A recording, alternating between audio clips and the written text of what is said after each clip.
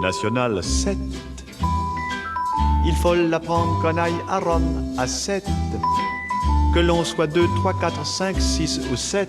Alors la Nationale 7, qu'est-ce que c'est? C'est simple. Alors pourquoi historiquement il y a ces deux routes-là? La route la plus courte, je vous l'ai dit, c'est la voie romaine classique qui remonte donc la Nationale 6 vers Paris parce que ça monte moins, parce que c'est plus direct et c'est la route normale. Or, pendant la guerre de 100 ans, la Bourgogne était alliée des Anglais et donc cette route-là était fermée. Donc il a fallu ouvrir une nouvelle route et ça, cette route que vous voyez, la Nationale 7, c'est sous Sully qu'il fait planter d'abord des ormes, ensuite des platanes, le long des routes pour fixer la route. C'est-à-dire, quand je dis fixer la route, ça évite que tel ou tel seigneur, pour une raison commode ou quoi, fasse bifurquer la route par son village ou par son château.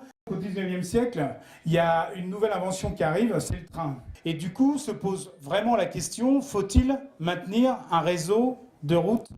Et ces deux inventions qui vont en fait permettre de les garder, ça a l'air tout bête, mais c'est le vélo qui apparaît dans les années 1870-1880 et surtout l'automobile. Le 100 est atteint en 1899. Les voitures, dès 1903, elles roulent à 130-140 km/h sur les routes. Attendez, l'automobile, c'est pas un truc, un amusement pour riches oisifs. Un jour, tout le monde aura une automobile. Et puis c'est surtout pendant la guerre de 14 où on va se rendre compte de l'intérêt de l'automobile par rapport aux chevaux.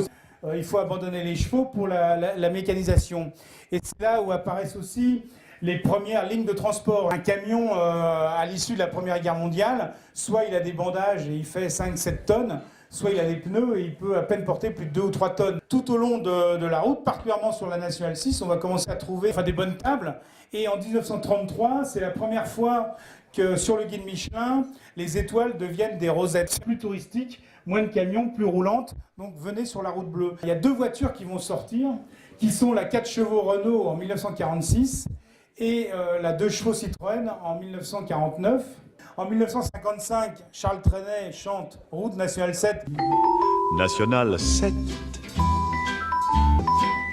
3 heures, c'est par exemple le temps qu'il fallait pour traverser Montélimar. Il fallait mieux avoir une boutique à l'entrée de Montélimar dans le sens de la descente que dans l'autre sens, parce qu'en retour de vacances, les gens n'avaient plus d'argent.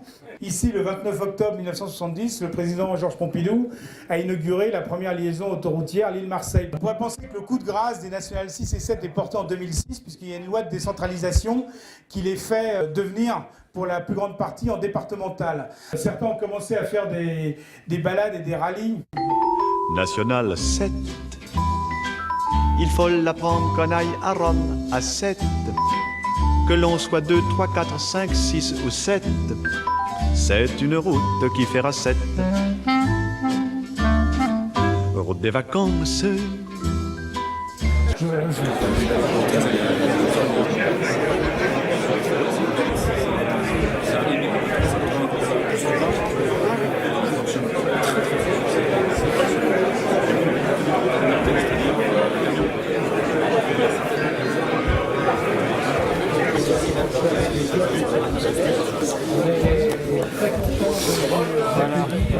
Et puis se voir organiser cette soirée supplémentaire.